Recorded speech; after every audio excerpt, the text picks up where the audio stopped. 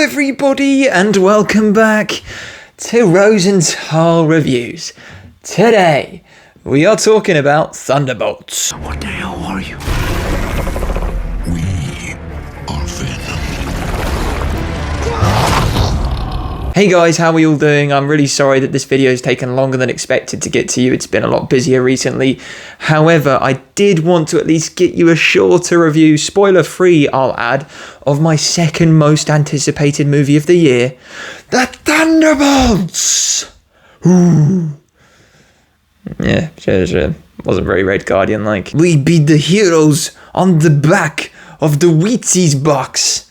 Why am I doing this with my hands? This accent is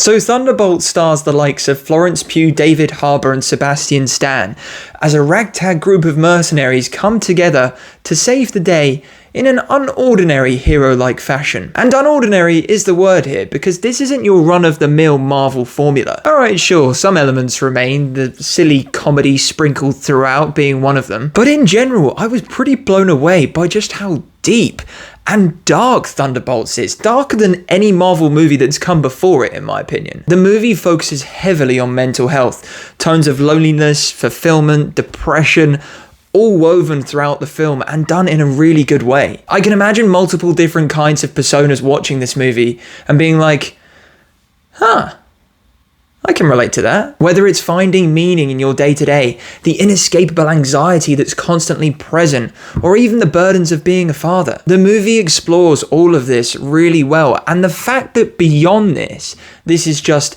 a good Marvel movie means that for me, I had a very strong theatre experience watching Thunderbolts. So the group of the Thunderbolts is made up of Yelena, Bucky, Taskmaster, Ghost, Red Guardian, John Walker. Who am I missing?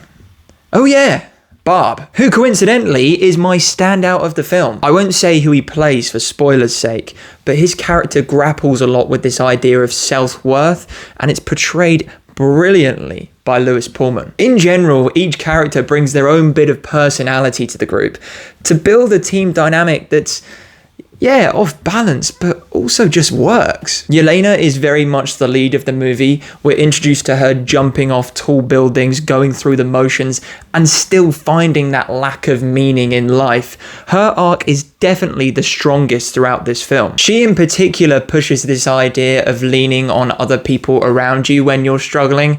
I think that was a really nice take-home message for the film. John Walker as this US agent-like figure, he was awesome. He's arrogant, but comedically so, not like he was in Falcon and the Winter Soldier. Red Guardian was funny as hell, but here we see him use his humour as more of a defence mechanism. There's more of a vulnerability to this character, which I thought was a nice added layer. Bucky, Ghost and Taskmaster all had their pockets in the movie, but in general, they were pretty underdeveloped, and that's my only real critique of the movie. Bucky, I can forgive, seeing that we've seen him in so many movies and TV shows prior.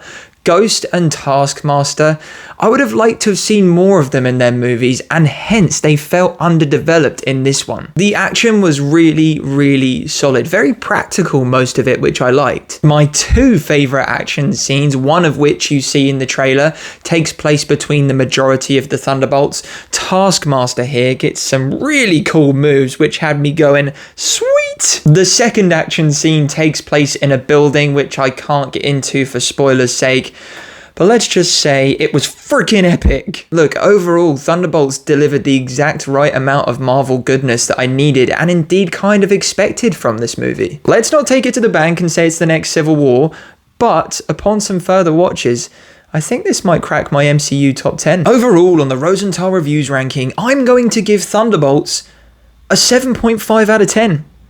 On the entertainment echelon, not your standard third act with less action. Plus, I think you'd need to do your Marvel homework to enjoy it as much as I did. So I'll give it a 6 out of 10 for the casual movie fan. If you like your Marvel, I think you'll enjoy this up to an 8 out of 10. And on the feeling factor, Marvel ain't back, but it's on the up, as the excitement builds towards Fantastic Four and Avengers Doomsday. Make sure you stay for the end credits as well. There are two. The first one takes place in the mid-credits. Bit more of a gag, but very funny. The second one, at the very end, It keeps the MCU ball rolling. It was good. Not like mind-blowingly good. Don't go in expecting certain people to show up, because they don't. And to be honest, I think the end credits scene was overhyped a little bit, which kind of tempered my enjoyment a little bit. But it is pretty good. Let me know your thoughts on these and on the movie in general in the comments down below. Thank you very much for watching this video right until the very end. I'm still working on my Last of Us character ranking video. We've also got Mission Impossible and Lilo and Stitch coming out at the end of the month. So lots more videos coming your way. But in the meantime, please subscribe for more reactions and reflections, and I'll speak to you all very soon.